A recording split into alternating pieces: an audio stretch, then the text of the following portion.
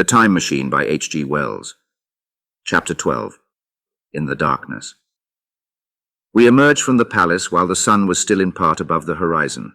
I was determined to reach the White Sphinx early the next morning, and ere the dusk I purposed pushing through the woods that had stopped me on the previous journey. My plan was to go as far as possible that night, and then, building a fire, to sleep in the protection of its glare.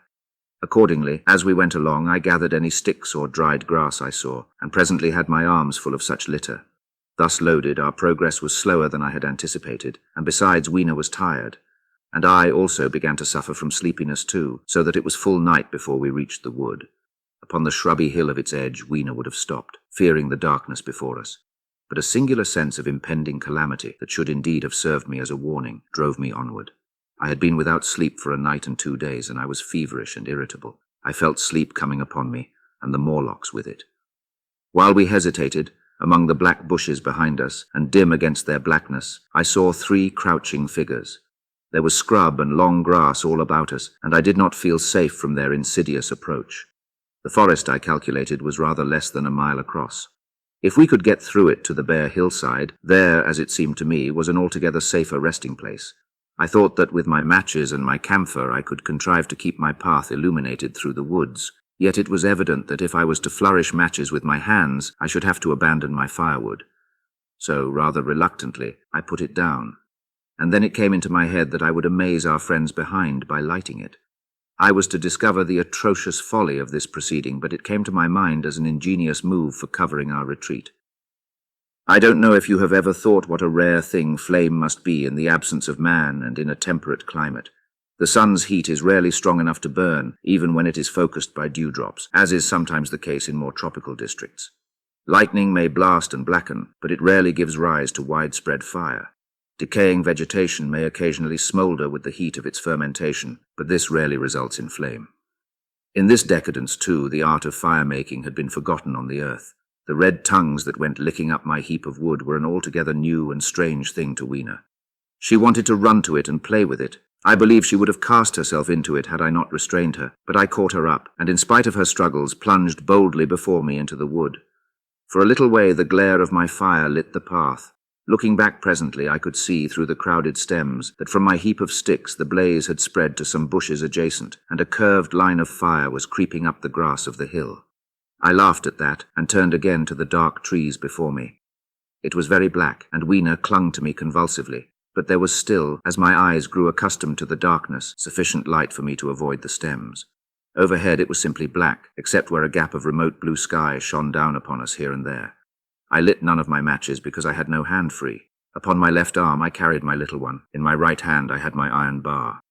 For some way I heard nothing but the crackling twigs under my feet, the faint rustle of the breeze above, and my own breathing and the throb of the blood vessels in my ears. Then I seemed to know of a pattering behind me. I pushed on grimly. The pattering grew more distinct, and then I caught the same queer sound and voices I had heard in the underworld. There were evidently several of the Morlocks, and they were closing in upon me. Indeed, in another minute I felt a tug at my coat, then something at my arm, and Weena shivered violently and became quite still. It was time for a match, but to get one I must put her down.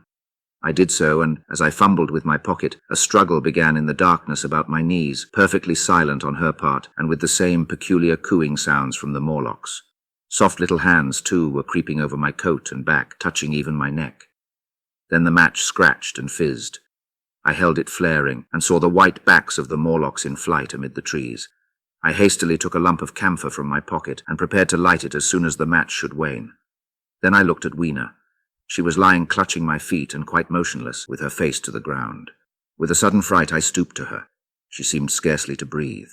I lit the block of camphor and flung it to the ground, and as it split and flared up and drove back the Morlocks and the shadows, I knelt down and lifted her. The wood behind seemed full of the stir and murmur of a great company. She seemed to have fainted. I put her carefully upon my shoulder and rose to push on, and then there came a horrible realization. In maneuvering with my matches and Weena, I had turned myself about several times, and now I had not the faintest idea in what direction lay my path. For all I knew, I might be facing back towards the palace of green porcelain. I found myself in a cold sweat. I had to think rapidly what to do. I determined to build a fire and encamp where we were. I put Weena, still motionless, down upon a turfy bowl, and very hastily, as my first lump of camphor waned, I began collecting sticks and leaves. Here and there, out of the darkness round me, the Morlock's eyes shone like carbuncles. The camphor flickered and went out. I lit a match, and as I did so, two white forms that had been approaching Weena dashed hastily away. One was so blinded by the light that he came straight for me, and I felt his bones grind under the blow of my fist. He gave a whoop of dismay, staggered a little way, and fell down. I lit another piece of camphor and went on gathering my bonfire. Presently I noticed how dry was some of the foliage above me, for since my arrival on the time machine, a matter of a week, no rain had fallen. So instead of casting about among the trees for fallen twigs, I began leaping up and dragging down branches. Very soon I had a choking, smoky fire of green wood and dry sticks, and could economize my camphor. Then I turned to where Weena lay beside my iron mace. I tried what I could to revive her, but she lay like one dead. I could not even satisfy myself whether or not she breathed. Now the smoke of the fire beat over towards me, and it must have made me heavy of a sudden. Moreover, the vapor of camphor was in the air. My fire would not need replenishing for an hour or so. I felt very weary after my exertion and sat down. The wood, too, was full of a slumberous murmur that I did not understand. I seemed just to nod and open my eyes, but all was dark, and the Morlocks had their hands upon me. Flinging off their clinging fingers, I hastily felt in my pocket for the matchbox, and it had gone. Then they gripped and closed with me again. In a moment I knew what had happened. I had slept, and my fire had gone out, and the bitterness of death came over my soul. The forest seemed full of the smell of burning wood. I was caught by the neck, by the hair, by the arms, and pulled down. It was indescribably horrible in the darkness to feel all these soft creatures heaped upon me. I felt as if I was in a monstrous spider's web. I was overpowered and went down. I felt little teeth nipping at my neck. I rolled over, and as I did so, my hand came against my iron lever. It gave me strength. I struggled up, shaking the human rats from me, and holding the bar short, I thrust where I judged their faces might be. I could feel the succulent giving of flesh and bone under my blows, and for a moment I was free. The strange exultation that so often seems to accompany hard fighting came upon me. I knew that both I and Weena were lost, but I determined to make the Morlocks pay for their meat. I stood with my back to a tree, swinging the iron bar before me. The whole wood was full of the stir and cries of them. A minute passed. Their voices seemed to rise to a higher pitch of excitement, and their movements grew faster, yet none came within reach. I stood glaring at the blackness. Then suddenly came hope. What if the Morlocks were afraid? And close on the heels of that came a strange thing. The darkness seemed to grow luminous. Very dimly I began to see the Morlocks about me, 3 battered at my feet, and then I recognized with incredulous surprise that the others were running in an incessant stream, as it seemed, from behind me and away through the wood in front, and their backs seemed no longer white but reddish. As I stood agape, I saw a little red spark go drifting across a gap of starlight between the branches and vanish, and at that I understood the smell of burning wood, the slumberous murmur that was growing now into a gusty roar, the red glow, and the Morlock's flight. Stepping out from behind my tree and looking back, I saw through the black pillars of the nearer trees the flames of the burning forest. It was my first fire coming after me. With that I looked for Weena, but she was gone.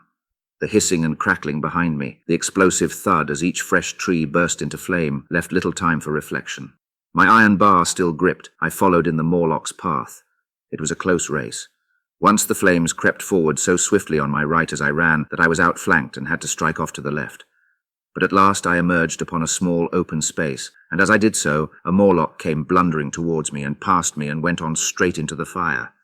And now I was to see the most weird and horrible thing, I think, of all that I beheld in that future age. This whole space was as bright as day with the reflection of the fire.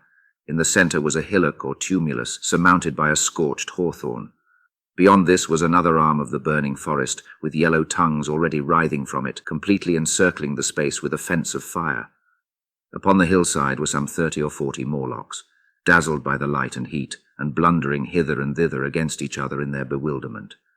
At first I did not realize their blindness, and struck furiously at them with my bar, in a frenzy of fear as they approached me, killing one and crippling several more. But when I'd watched the gestures of one of them groping under the hawthorn against the red sky, and heard their moans, I was assured of their absolute helplessness and misery in the glare, and I struck no more of them. Yet every now and then one would come straight towards me, setting loose a quivering horror that made me quick to elude him. At one time the flames died down somewhat, and I feared the foul creatures would presently be able to see me.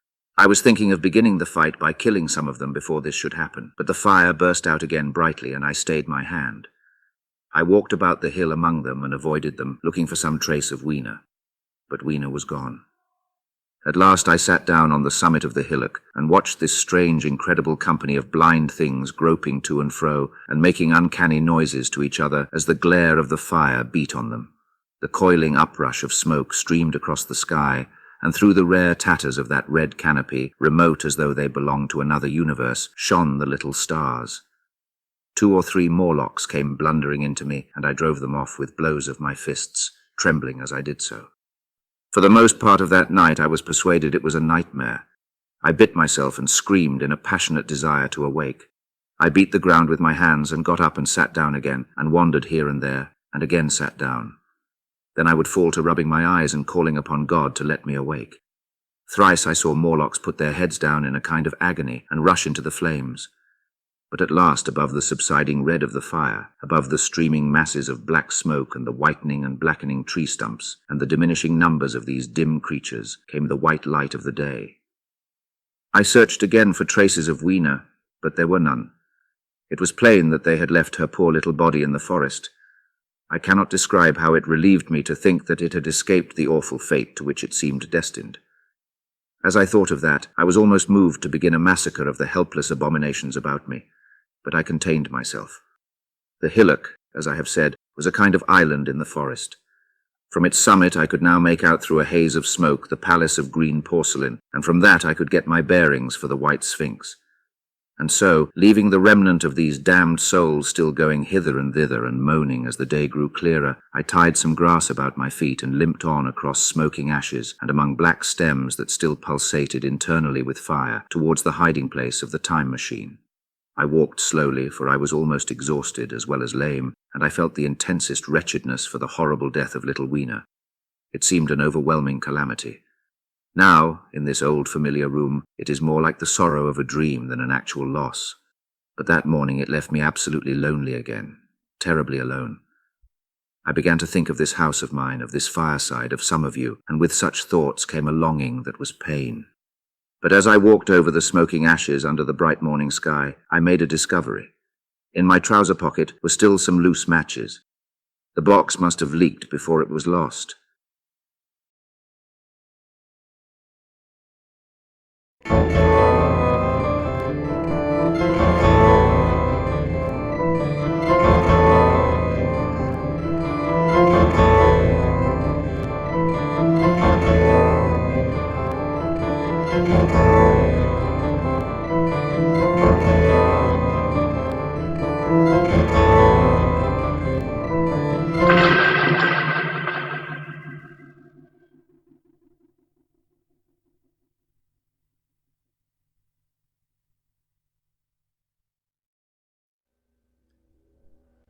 Masters, mistresses, the Doctor requires materials in order to maintain the TARDIS and ensure continued functionality. He similarly requires carbon-based comestibles to sustain his own biological functions and existence. Master would never say this, but he requires aid beyond that supplied by this unit in order to acquire these. To aid the Doctor in his various tasks and creations, this can be most effectively achieved via Patreon or Substack subscriptions, or through donations directly to PayPal. Or if you desire physical goods in return for your contributions, written accounts of my travels with the Doctor are also available on Amazon. Links are in the description below. Thank you, masters, mistresses.